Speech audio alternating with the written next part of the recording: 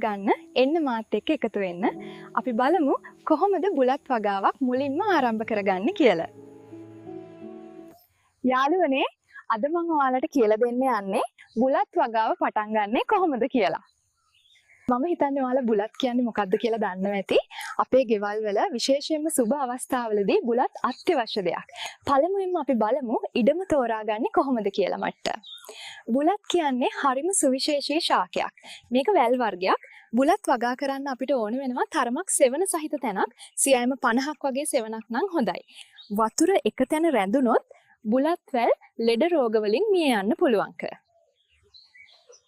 දැන් අපි ඊළඟට කරන්න ඕන දඩු කැබලි හොයාගන්න එක. බුලත් වගා කරන්නේ දඩු කැබලි වලින්.